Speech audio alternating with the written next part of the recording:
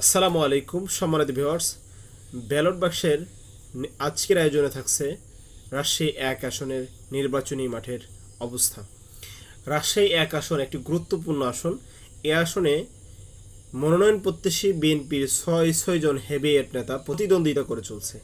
এ আসনে ১ নম্বরে যার নামটি আছে তিনি হচ্ছেন বিএনপি চেয়ারপারসনের উপদেষ্টা পরিষদের অন্যতম সদস্য জনাব মেজর জেনারেল অবসরপ্রাপ্ত শরীফ উদ্দিন।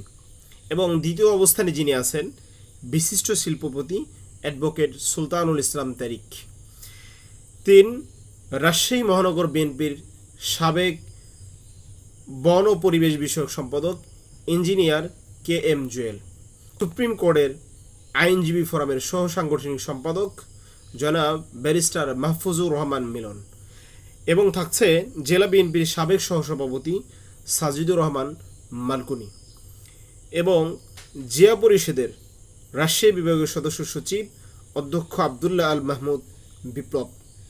এরা মনোনয়ন পাওয়ার জন্য একে অপরের সাথে বিভিন্ন সময় ঘাত প্রতিঘাতের মতো জঘন্যতম পরিবেশেও জড়াচ্ছে এবং মাঝে মাঝে দেখা যায় ধাওয়া পাল্টা দেওয়ার মতো ঘটনাও তাদের মাঝে ঘটে।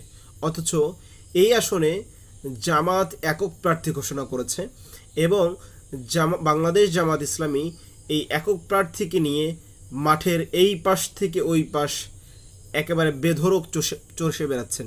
এই আসনে জামাত ইসলামী প্রার্থী ঘোষণা করেছেন অধ্যাপক মুজিবুর রহমানকে, যিনি 1986 সালে এই আসনে এমপি নির্বাচিত হয়েছিলেন। আপনারাই কমেন্ট বক্সে বলে যাবেন এই আসনটি আসলে কার, বিএনপি নাকি জামাত ইসলামীর।